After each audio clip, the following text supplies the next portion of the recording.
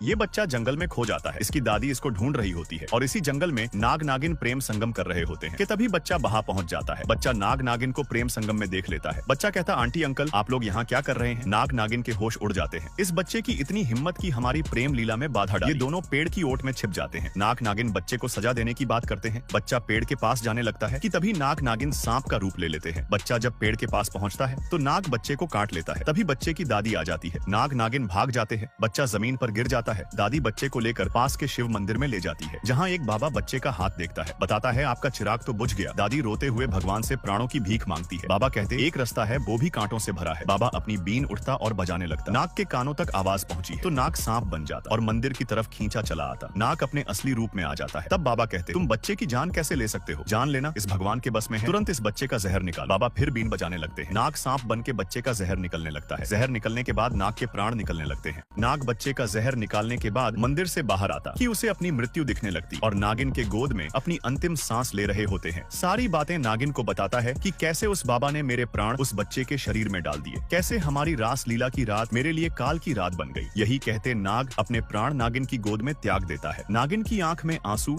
और आसमान में चमकती बिजली ये बताती है कि नागिन की जिंदगी पूरे तरह खत्म हो गई। नागिन की आंखों में बदले की भावना जाग गई। वो बाबा और उस बच्चे को मारने के लिए जाती कि तभी उसे कोई मायावी शक्ति रोक लेती। इतने में नाग देवता प्रकट हो जाते हैं। वो कहते, तुम दोनों ने अपनी शक्तियों का गलत इस्तेमाल किया। मैंने तुम दोनों को धरती में नागमणि की रक्षा के लिए भेजा था और तुम लोगों ने एक बच्चे को मार डाला। अरे बच्चे तो भगवान का रूप होते हैं। मैं तुम्हें श्राप देता हूँ कि तुम भी अपने पति की तरह मर जाओगी। ये अब कहकर नाग देवता वहां से चले जाते हैं, लेकिन नागिन अपना बदला नहीं भूलती और उस बाबा के पास शिव की माँ का रूप धारण करके जाती है। बाबा को मारने के लिए अपने असली रूप में आ जाती है। बाबा की आंखों में डर दिखाई देता है। नागिन बाबा के गर्दन पर काट लेती है। नागिन अपने नाग की मौत का पहला बदला बाबा से लेती है। नागिन बाबा के गर्दन पर काट लेती है। बाबा जमीन पर गिर जाता, मुंह से खून की उल्टी करने लगता है। तभी नागिन कहती, तूने बच्चे को तो जिंदा कर दिया मगर अपने बारे में नहीं सोचा, मेरा क्या होगा? नागिन किसी का भी रूप धारण कर सकती है। जहर बाबा के शरीर में पूरी तरह फैल जाता है। बाबा तड़प तड़प के अपने प्राण त्याग देता है। नागिन अपने पति नाग को फिर से जिंदा करने की बात करती है। नागिन अपने भाई शुरू को इस बाबा से आजाद करा देती है, जो कि इस बाबा की कैद में था। शुरू बाबा को जमीन में दफना देता है। नागिन शुरू को आगे का प्लान बताती है। यहाँ शिव की दादी परेशान रहती है, कहीं वो नागिन कुछ अनर्थ न कर दे। नागिन शिव के घर में